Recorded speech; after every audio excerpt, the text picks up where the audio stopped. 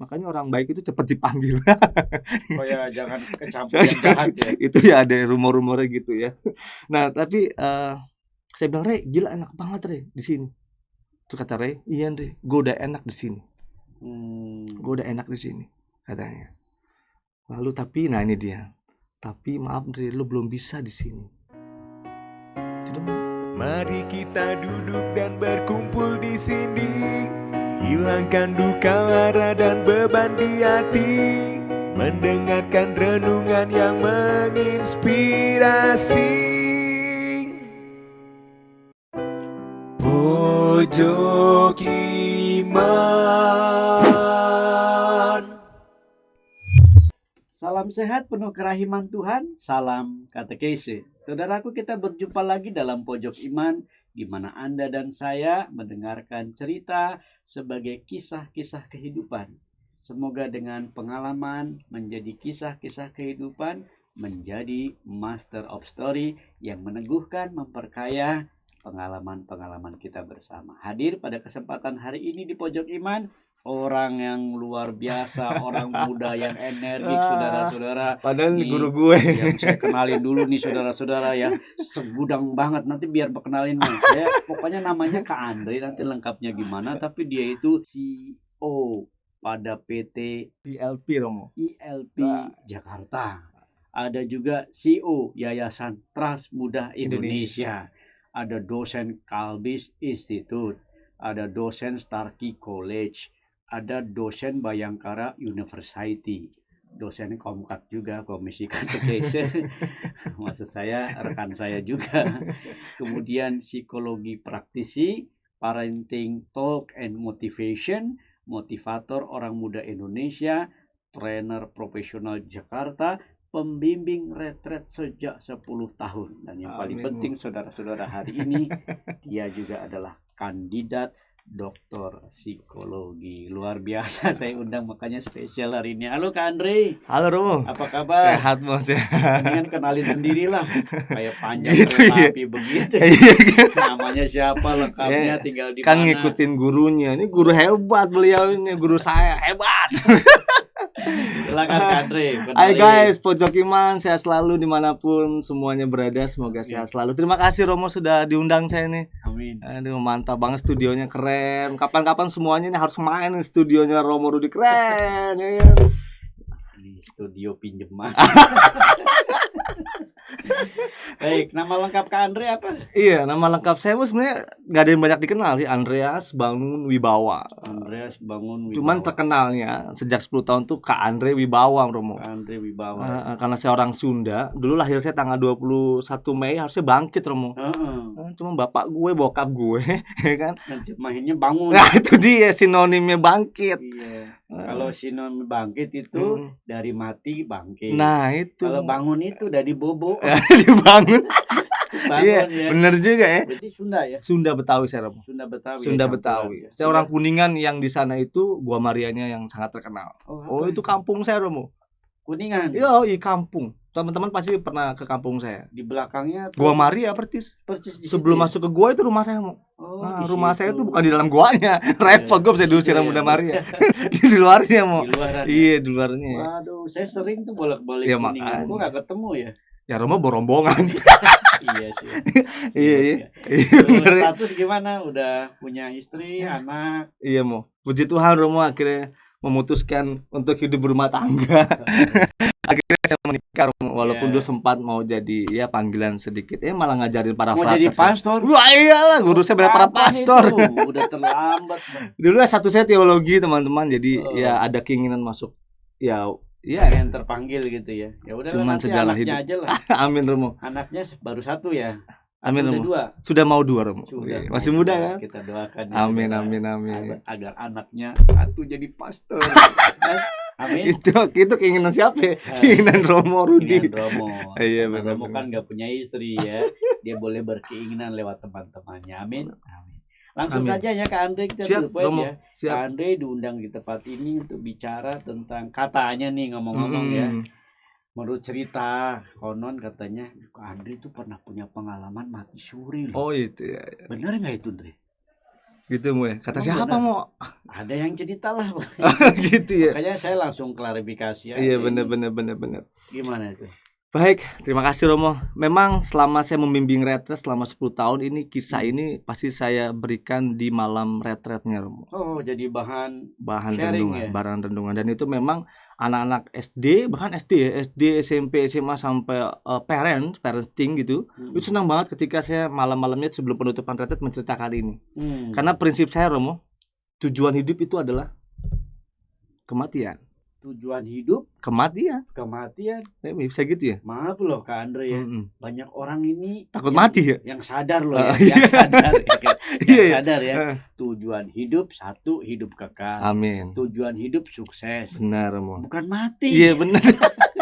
Benar Mo, benar. Bisa itu gimana? Itu tujuan hidup itu kematian begini. Kematian itu adalah sebagai media kebangkitan. Maka ketika orang sadar mati sebenarnya menuju kebangkitan itu. Nah, karena orang matinya, saya sudah sampaikan ya, Romo ya, saya sampaikan sama semua orang gitu ya, bahwa kita mati tidak ada yang tahu. Maka tujuan kita itu terhadap kematian itu karena kematian itu tidak ada yang tahu. Tidak ada yang tahu. Contoh nih misalkan ya, yang disalib itu, yang sebelah kanan sebelah kiri itu pasti tahu Romo ya. Bayangkan ya, 5 detik mungkin 10 detik ya sebelum dia mati, tapi karena dia tahu bahwa dia mati, dia ngomong sama Yesus tuh, pasti tahu siapa namanya Romo ya. Temannya apa? Siapa namanya? Dismas? Kosmas ya, Dismas ya. Mengatakan, Yesus ingatlah aku di taman Firdaus. Cukup 5 detik loh, padahal dosanya banyak itu sebenarnya. Karena yang dipenjara di dalam tradisi Yahudi itu pasti orang yang bersalah, tapi beda dengan Yesus. Yesus disalibkan karena banyak hal-hal. Nah, itu dia. Nah, ketika dia mengatakan itu, nah betul. 5 detik sebelum mati itu menentukan ya. Saya ulangi lagi, 5 detik sebelum mati, tapi kalau kita sadar bahwa kita akan mati, itulah ada kebangkitan. Makanya teologi, benar dong, teologi kebangkitan ada di situ. Jadi ketika orang mau mati tapi dia ingat Tuhan, ya Yesus sendiri yang punya kuasa toh. Yang penting ingat Tuhan Yesus, ampuni saya. Lalu benar kan? Yesus ingatlah aku di taman Firdaus. Akhirnya apa kata Yesus? Dia yang punya kuasa ya kan? Hari ini juga engkau akan ada bersama-sama aku di taman Firdaus. Gila gitu mau jaminan. Bukan on the future, bukan next. Bukan. Today gitu. Today. Mati itu kita nggak tahu, makanya tujuan hidup itu ya eling aja, eling kalau bahasa Sundanya mah eling loh. Eling mati. Besok kita nggak tahu nih. Misalkan contoh ya. Orang ini lebih baik, satu hari dia rupanya besok tuh mau mati, satu hari maaf ya, dia berbuat korupsi karena sedikit tidak sadar. Itu urusan yang ilahi sih, tetapi kan besoknya dia meninggal, lalu alam juga kan. Jadi artinya ketika orang hidup itu adalah mengerti tentang kematian, besok dia nggak berani berbuat sesuatu, karena kita nggak tahu. Contoh nih kayak Kandri. Kandri ini pulang dari sini nggak tahu nih, dibilang bisa jadi saya keluar dari mobil sama Adi, tapi sebelum saya di mobil saya berdoa ya kan. Tuhan Yesus terima kasih saya hari ini habis di pojok iman, semoga kesaksian saya membawa orang kehidupan yang kekal. Terima kasih Tuhan. Tiba-tiba saya tabrak kontainer misalkan mati gitu ya. Sudah. Saya yakin dan percaya Tuhan Maha Rahim. Ini mengenai hal itu ya. Jadi kita harus sadar akan kematian. Betul Romo. Pertama begitu ya. Eling akan kematian. Eling ya. Eling ya. Kan ya. Benar-benar Romo. Ingat bahwa tujuan hidup, sadar bahwa kita akan mati. Makanya tadi saya bilang tujuan hidup adalah sadar akan mati. Tapi habis itu tuh siapa lagi? Nah, ini Romo. Next kan ada. Kenapa saya punya prinsip hidup itu, teman-teman? Itu membuat saya kadang-kadang takut akan berbuat dosa.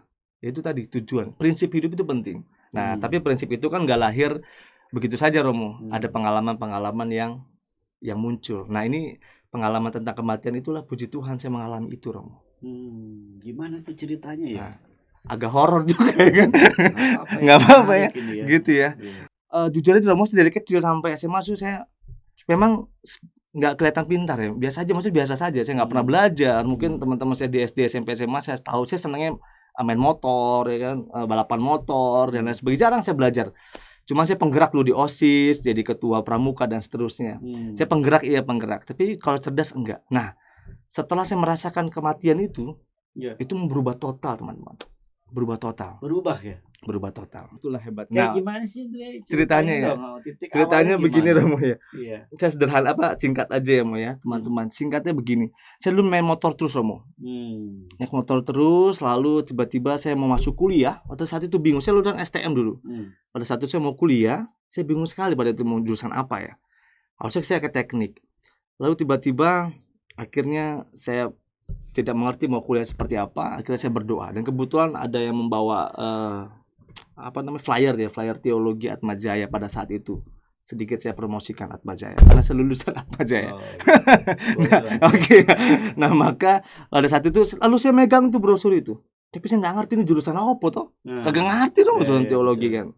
Lalu saya taruh lah itu flyer itu, lah udah selesai sudah, akhirnya saya berdoa, Tuhan tunjukkan jalan. Di bulan Januari Februari semakin kuat saya pengen kuliah di teologi. Nah, selesai studi semuanya, akhirnya saya lulus teologi teman-teman. Lulus teologi. Itu kan di bulan Agustus sudah mau mulai. Nah, ini ceritanya. Saya ingat banget Romo, saya ulang tadi orang itu mau mati pasti ada sinyalnya. Oh, tanda-tandanya udah ada ya. Bener, Mo. Saya ulangi lagi ya. Yang kayak pamitan. Bener, Mo. Bener, Mo. Orang mau mati pasti ada sinyalnya. Jadi kami mau berpisah, Romo. Kami punya 4 sahabat di OMK. Ini orang baik banget. Ada saya, ada Reis, ada Dipta, sama ada Frankie orang Papua. Wah, ada 4 orang ini. Rupanya ya, ini kita kan saya paling awal tuh kan Atmajaya duluan tuh bulan Agustus ya. Akhirnya kita bulan Juli awal itu pamit. Nah, teman saya ini si Reis nih, orangnya ganteng loh. Ini orang Santa Clara, orang OMK Santa Clara. Lalu dia mengatakan, "Dre, kita ke Gua Maria Kuningan yuk, kita perpisahan." Nah, ini kalau saya ingat-ingat kayak gini dia sedih lagi dong. Tapi enggak apa ya. Yang ngomong gitu si Reis, sahabat saya ini. Ya udah, saya waktu itu saya udah bertobat, saya dengan naik motor lagi karena saya pernah waktu itu punya kejadian dia bilang perpisahan. Akhirnya kita naik motor Romo, saya Suprafit, kita berempat. Suprafit berdua, kita ke Kuningan 8 jam Romo. Nah, pada suatu saat itu kita berdua di Gua Maria dekat kampung saya itu. Si Reis itu tiba-tiba di pertian keberapa ya? Saya lupa. Ada di dalam buku filsafat saya, filsafat ketuhanan saya tulis. Di pertian ke-10 apa ke-11 saya lupa. Dia berdua tiba-tiba dia nangis Romo. Saya nggak pernah lihat dia nangis Romo, tapi dia nangisnya luar biasa. Lalu teman saya bilang nih, si Papua ini, si Frankie, orangnya lucu sekali. Lalu dia bilang, Andre, itu kenapa ya? Reis nangis sekali. Dia bilang gitu. Ada apa ya? Reis tuh nangisnya luar biasa. Saya nggak tahu. Terus tiba-tiba saya lagi berdoa lagi, tiba-tiba dia ngepak lagi. Andre, aku pengen nangis seperti Reis, tapi tidak bisa. Saya bilang saya juga tidak mau jika dia macam-macam rame. Selesai lah sudah. Nah, pas pulang, bener Romo, kita berpisah. Nggak lama kemudian, bulan Agustus, ingat sekali itu. Saya lagi asik-asiknya ospek sih ingat saya. Mama saya bilang, Dre, pulang. Saya kira ada apaan ya? Rupanya berita teman saya itu adalah dia di Jogja kuliahnya, belum kuliah sebenarnya, lagi sedang persiapan, akhirnya meninggal karena kecelakaan. Si Ray ini namanya Reis, dia meninggal. Nah, letak awal kematiannya saya di sini Romo. Kita 7 hari berdoa sorio di rumahnya segala macam. Lalu saya masuk lagi ke kuliah. Entah kenapa teman-teman semua pemirsa Pojok Iman, saya kelelahan. Akhirnya saya capek dan sakit Romo. Jadi Reis itu belum 40 hari teman-teman. Saya capek, lalu saya seminggu itu nggak sembuh-sembuh Romo di rumah. Saya seminggu nggak sembuh-sembuh di rumah. Akhirnya hari ke-8 bibir saya semakin kering dan jujur teman-teman, mungkin stres juga kuliah ya, karena itu ilmu baru bagi saya. Tetapi yang jujur saya adalah ibu saya udah kehilangan drop banget. Akhirnya ibu saya panik. Akhirnya saya ke rumah sakit Romo di hari ke-8 saya ingat. Kata dokter awal itu saya tipes, makanya saya di rumah, gejala tipes, dirawat. Rupanya pas masuk rumah sakit di Bekasi itu, tiba-tiba saya demam berdarah. DB ya. DB, dan masuk itu trombosit yang paling rendah Romo. Paling rendah sekali. Terus? Dan akhirnya pada saat itu papa saya lagi keluar kota, masuklah rumah sakit. Nah ini dia, saya masuk rumah sakit itu siang, sekitar jam 11 atau jam setengah 1. Tetapi jam 4 sore lah, saya baru tahu teman-teman, orang yang mau meninggal itu punya sinyalnya. Jam 4 itu saya sudah pamit sama ibu saya, sama kakak saya. Waktu itu ada kakak saya. Saya bilang mama, maafin Dede ya, saya anak bontot. maafin dia. Masnya masih inget sekali, nangis dia. Gue baru tahu ya, gue sangat disayang sama orang tua gue. Rupanya di situ kalau lagi mau mati Romo, kita kelihatan bahwa kita disayang. Karena dinangisin kan. Jadi semua pengen mati aja. Akhirnya saya kalau cerita ini kadang-kadang apa ya, teringat aja Romo. Karena memang ini masuk di dalam refleksi saya di filsafat ketuhanan. Lalu saya manggil bilang, "Mah, maafin Dede ya. Dede pamit. Pokoknya Dede nitip kakak." Wah, ibu saya nangisnya luar biasa Romo. Enggak, pokoknya Dede ini kuat kok. Pokoknya kamu tuh baru mau kuliah, Dede tuh kuat, dia bilang gitu. Wah, sampai saya ngomong juga sama kakak saya. Itu sampai jam 5:30, lalu saya ngomong sama ibu saya, "Mah, salam buat tante dan semua saudara-saudara." Jadi itu tandanya Romo. Dan akhirnya datanglah semua tetangga Romo. Ada beberapa tetangga sih. Lalu itu kan saya satu kamar sendirian Romo. Pada saat itu karena memang dia udah parah gitu kan. Dan akhirnya Romo, papa saya datang, udah dari mana-mana papa saya nyari penyembuhan itu. Papa datang jam 8:30, biasalah seorang ayah kan tegar Romo ya. Dia tahu anaknya udah setengah apa ya Mo? Sekarat ya. Istilahnya sekarat. Nah, akhirnya papa saya hanya bilang, "Kuat, kamu kuat, kita berdoa segala macam." Nah, dari situ semua pada kumpul keluarga dan saya sudah pamit sebenarnya. Saya sudah pamit Romo. Saya sudah pamit dan akhirnya saya ingat sekali jam 10 karena memang depan saya tidur itu depannya saya jam-jam Romo. Jadi agak sadar saya, lumayan sadar. Tapi jam 10-an saya tidak sadarkan diri Romo. Jam 10 malam. Dari jam 4 yang udah pamit tuh ya. Iya. Enggak sadarin diri. Ya udah enggak ada. Nah, terus katanya antara mati yang enggak mati, antara hidup enggak hidup teman-teman. Sakratul maut tuh. Iya. Saya belum sempat sakramen perminyakan Romo. Nah, terus karena mungkin masih muda kali saya. Terus apa yang Tapi saya sangat merekam seluruh orang-orang yang saya cintai itu menangis di depan saya. Tapi jiwamu lepas kayak itu. Nah, itu dia. Itu dia pertanyaan yang sangat bagus Romo, mantap. Saya tulis di dalam halaman, saya ingat banget halaman 11 ya. Romo nanti bisa baca tuh, saya bawa nanti kapan-kapan. Buku apa ini, buku kamu? Buku saya, Filsafat Ketuhanan, iya. Kurang lebih ada sekitar 70 halaman tentang kematian ini. Oh, kamu ceritain. Saya ceritain di situ lengkap tapi secara detail Romo ya. Lalu, nah situ Romo, di jam 10 saya udah nggak sadarkan diri. Katanya saya antara sadar nggak sadar, antara mati nggak mati. Disebut mati kagak mati, hidup juga kagak hidup. Jadi bingung juga dokter dan para medis itu kan ya. Mereka, tapi kamu. Nah ini Romo, teman-teman, disitulah letak tujuan hidup kita ya. Jujur ketika itu saya tiba-tiba masuk, nah ini saya bilang, saya masuk di sebuah tempat. Romo pernah tahu Taman Teletubbies? Nggak tahu ya? Pernah sih tahu tuh. Iya. Kayak ruangan gitu kan. Iya.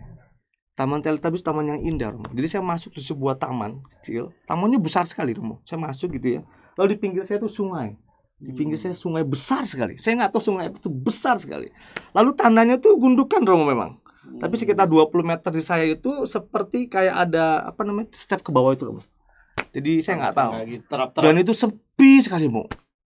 Dan pohonnya lucu Mo. Pohonnya itu saya ingat banget itu. Saya ingat sekali tuh. Pohonnya itu kecil tapi rindang pohonnya daunnya. Jadi batangnya kecil tapi daunnya saya belum pernah ketemu sih Mo. Saya belum pernah ketemu. Dan akhirnya yang terakhir saya ingat juga tuh suasananya. Mungkin AC Samsung, Daikin segala macam salah kali Mo ya. Itu mungkin pohon sesaji kali. Saya nggak tahu.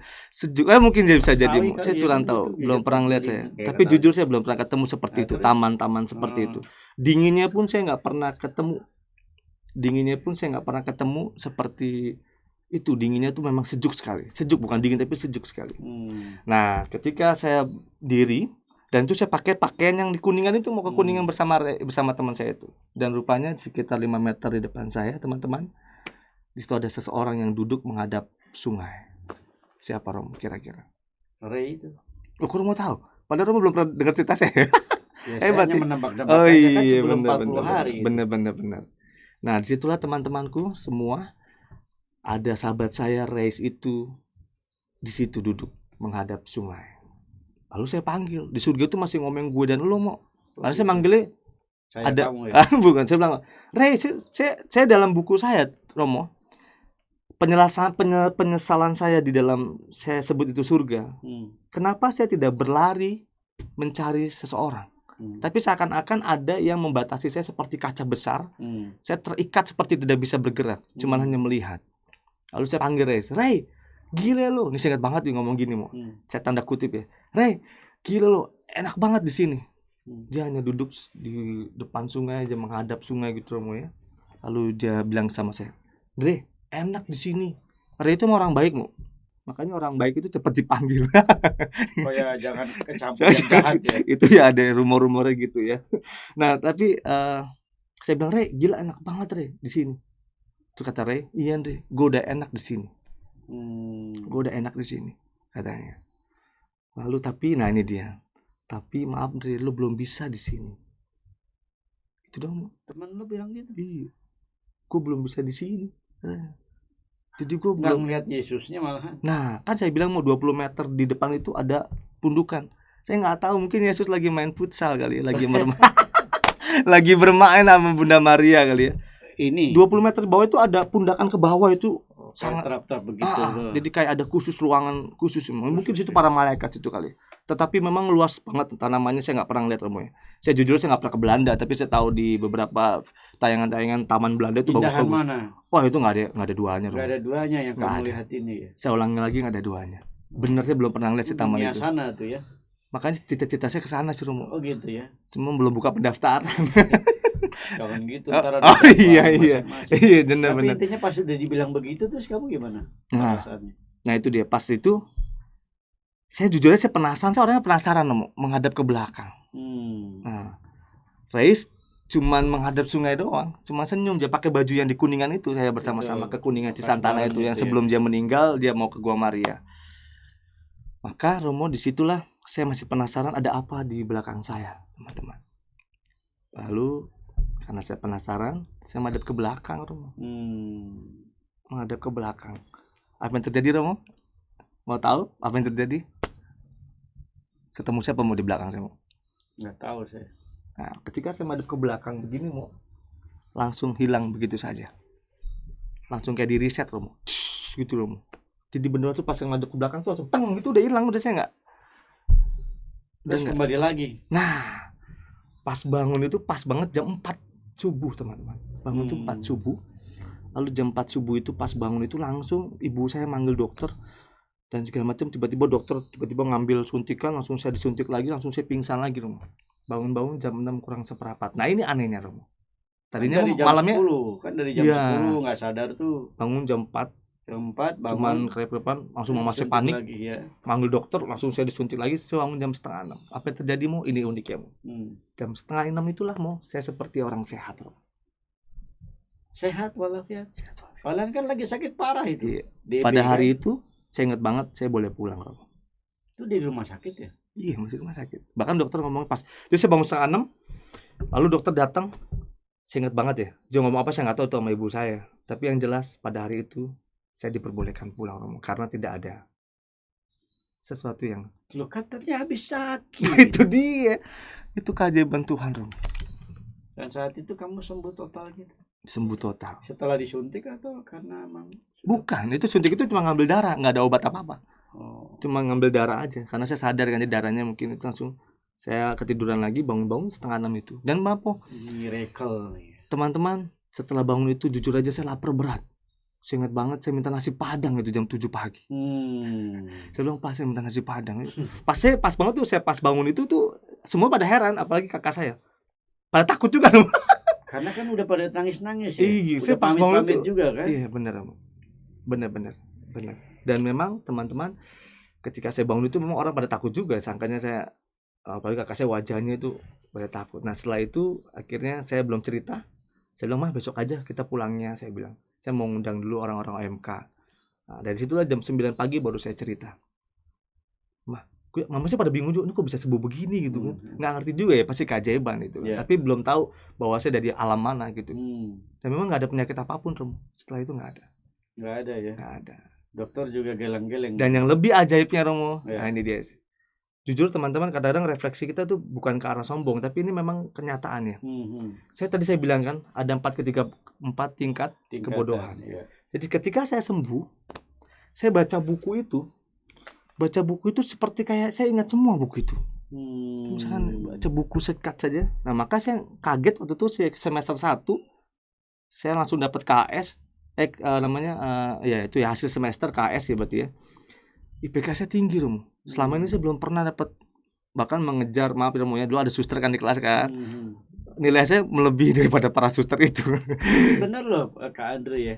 Ada yang bilang begitu katanya, kalau orang pernah mengalami mati suri, teman saya kayaknya dia yang suka tahu dunia kayak gitu ya, itu pasti ada proses perubahan.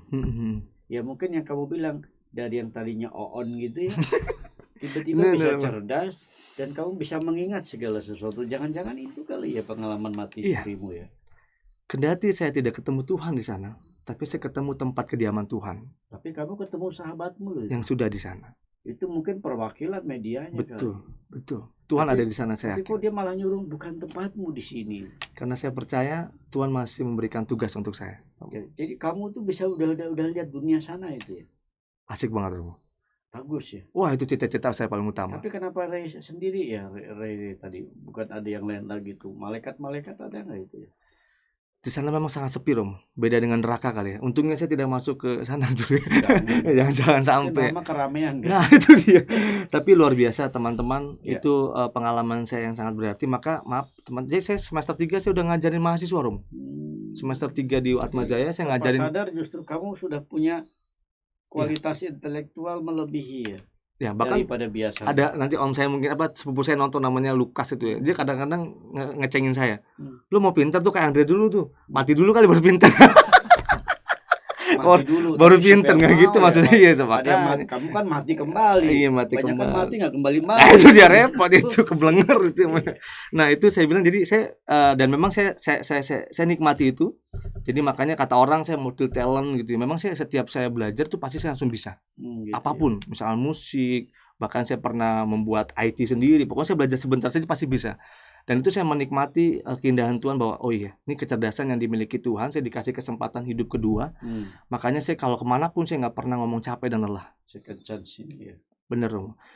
Tuhan sudah berikan dengan segala halnya. Ya saya bertanggung jawabkan semuanya ini kepada Tuhan. Nah ketika saya belajar itu orang belajar tuh puyeng Romo. Kalau saya belajar tuh asik aja bawahnya. Asik aja jadi sampai semester. Nggak heran nih kamu masih muda gini udah kandidat doktor ya. Amin Romo. Wah, amin. Itu jadi profesor lah. Amin lah ya. Romo udah profesor. Ini hanya tampil. Iya benar ya. Nah Kak, kembali dari catatan pengalaman Kak Andre nih ya. Pengalaman apa dari refleksinya akhirnya bisa dialami sebagai pengalaman iman? Baik, pengalaman iman. Baik Romo, yang pertama adalah kita aware sih Romo. Kita sadar seperti orang yang tersalibkan bersama Yesus itu. Sadar ya. Yang sadar mau mati? Sadar segalanya. Sadar segalanya. Mati itu sebenarnya hanya media sih. Media kita untuk masuk kebangkitan. Tapi kan nggak mungkin langsung masuk ke kebangkitan melalui tidak melalui kematian. Ya kan Romo. Teologi kita ya teologi antara ya kan kelahiran, lalu kesengsaraan, lalu kematian, lalu kebangkitan, dan akhirnya kenaikan. Kemuliaan. Dan akhirnya kemuliaan. Betul kan? Itu jelas sekali. Itu Yesus sendiri yang memproses itu. Maka saya pikir itu yang pertama adalah kita catat bahwa kita harus aware sih.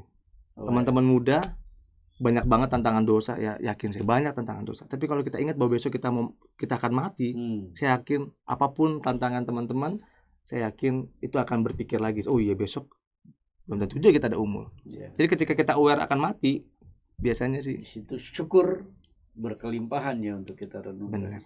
Habis itu apalagi kayak Andre? Nah, yang kedua Romo. Aware doang. Benar kan? Kan kata Yesus, masih ingat Romo? Apa? Nah, masih ingat Romo ya? Atau Yesus kan banyak. Oh iya benar. Kalau mau ke Yesus itu harus melalui aku. Tiada orang yang sampai kepada Bapa kalau nggak lewat aku. Aku ini kasih. Jadi teologi yang perdebatkan itu oke lah, itu urusan yang lain. Tetapi aku adalah kasih. Maka setiap orang ketika dia berjumpa sama Tuhan, ya ujung-ujungnya harus wajib itu berbuat kasih.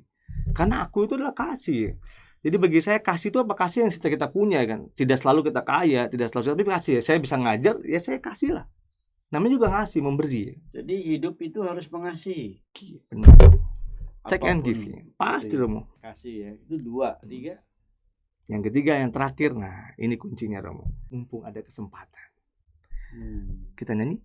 Hidup ini adalah kesempatan itulah yang tidak dimiliki oleh banyak orang. Mumpung, nah sekali lagi, mumpung teman-teman juga mungkin tanpa sengaja mendengar pojok iman ini, itu pun kesempatan. Kesempatan diingetin kembali bahwa besok teman-teman kita tidak tahu kapan kita menutup napas ini. Hidup adalah kesempatan. Benar, kesempatan untuk hidup. Untuk hidup itu sendiri. Benar, Romo. Intinya kan juga berarti kita nggak boleh menyanyiakan hidup dong. Pastinya, Romo. Karena kan kita punya aware tadi kan. Kalau besok gue mati, gue nggak bisa apa-apa, tapi bagaimana bakal perjalanan gue untuk bisa yang Kak Andre lihat itu ya, dunia sana yang tak tergantikan itu, isinya ya dengan itu ya. Eling, kasih sendiri. Akhirnya yang kesempatan. Luar biasa. Sebelum itu saya mau menutup dengan sebuah cerita, teman-teman. Ada seorang OMK di Tangerang ketika saya ngajar guru-guru agama. Jam 10 malam itu saya ingat sekali. Tiba-tiba dia datangin saya itu, anaknya ibu itu. Lalu dia bilang gini, Kak Andre, saya setiap hari berdoa, bingung sih kenapa kita harus setiap hari berdoa. Ya kan? Kenapa? Banyak banget pertanyaan, kata Romo, kata suster katanya wajib itu. Cuman saya misalkan, kenapa kita setiap hari harus minta maaf sama Tuhan? Bila perlu saya 2 hari ini saya nggak berbuat salah tapi tetap minta maaf. Jawabannya sederhana, saya bilang, apa? Mbak tahu gak? Sudah ada jadwal gak Mbak kapan kita meninggal? Sama kayak Kak Andre nih. Kak Andre habis ngajar di Tangerang ini, bisa jadi saya ditabrak oleh kontainer. Tapi ingat, ketika kita eling sama Tuhan, Yesus sendiri loh yang ngomong bahwa kamu sudah ada di Taman Firdaus. Jadi setiap saat dan setiap waktu kalau kita ingat Tuhan, persis yang disalibkan oleh bersama dengan Yesus, 5 detik loh. Tapi dia ingat Yesus. Yesus, ingat aku di Taman Firdaus. Cukup 5 detik. Maka itulah kekuatan orang beriman. Bahwa Tuhan tidak pernah, sekali lagi Romo ya, Tuhan tidak pernah mencatat dosa-dosa kita. Tapi benar, tapi Tuhan mencatat bagaimana kita bermetanoia. Tapi kalau kita belum bertobat kan nempel itu. Nah, itu dia masalahnya. Ya kan? Kelemahan manusia. Dosa kita nempel di jiwa itu. Yang ke bawah mati. Nah, kalau kita belum bilang maaf, bertobat, neraka pasti dong nempel kan. Maka bermetanoia, berbalik ke Allah, berbaliklah kepada Tuhan, itulah membersihkan diri. Maka setiap saat di mobil, di motor, Tuhan, thanks. Tuhan ampuni saya kalau saya tadi ada sesuatu salah. Tuhan tuh seneng banget diajak curhat di dalam helm kita. Tuhan, gue lagi bingung nih. Tuhan ajak ngobrol lah, sesukanya, gratis loh itu. Sejak pengalaman begini nih Kak Andre dengan mati suri seperti ini, betul, membuat Kak Andre rajin berdoa atau malah sangat berbuat baik? Dua-duanya kan ora et labora. Pinter juga ya dokter. Ora et labora ya Mo ya. Gitu ya. Oke. Gitu Romo. Ada pesan untuk anak muda? Pesan anak muda ya Mo ya. Ya anak muda lah. Baik. Teman-teman anak muda, pemirsa Pojok Iman dimanapun teman-teman berada, saya mewakili teman-teman, saya anak muda, benar, saya masih umur sangat muda ya. Tapi yang jelas teman-teman, yuk ambil kesempatan dekat sama Tuhan. Saya yakinlah semua keajaiban teman-teman akan dirubah sama Tuhan. Kuncinya adalah dekat sama Tuhan. Saya ulangi lagi, kuncinya dekat sama Tuhan. Ketika teman-teman dekat sama Tuhan, percaya, semua karir, semuanya yang teman-teman harapkan, teman-teman akan diwujudkan oleh Tuhan. Karena apa? Kita dekat sama Tuhan. Jangan lupa curhatnya jangan ke teman dan sahabat dulu, tapi yang paling pertama, curhatlah bersama Tuhan. Tuhan selalu ada di tengah-tengah kita. Amin. Wah, ini gue lama-lama kayak pendeta ya. Kayak pendeta ya. Iya benar. Itu dia. Saudara-saudara yang terkasih, inilah pengalaman Kak Andre yang luar biasa ya, dari pengalaman mengalami situasi temannya meninggalkan dia dan bagaimana dia mengalami pengalaman mati suri. Insight-nya banyak teman-teman ya, sebagaimana tadi diceritakan. Dan dalam refleksi kita agama Katolik ya, kita merenungkan kehidupan, bagaimana hidup itu menjadi sangat penting, dan inti dari kehidupan Anda adalah kasih ya. Jangan lupa dekat dengan Tuhan dan menularkan kasih dalam seluruh kehidupan. Terima kasih Kak Andre. Sama-sama Romo. Luar biasa. Terima kasih banyak loh yang diundang Mo. Mantap Mo ya, benar. Saudara sudah terkasih, itulah kesaksian dari Kak Andre. Makan ketupat, minumnya jus. Wih, mana jus ini? Tetap semangat melayani Yesus memberkati. Mantap. Thanks for watching guys. Pojok Don't forget to like, share, and subscribe. Pojok Iman.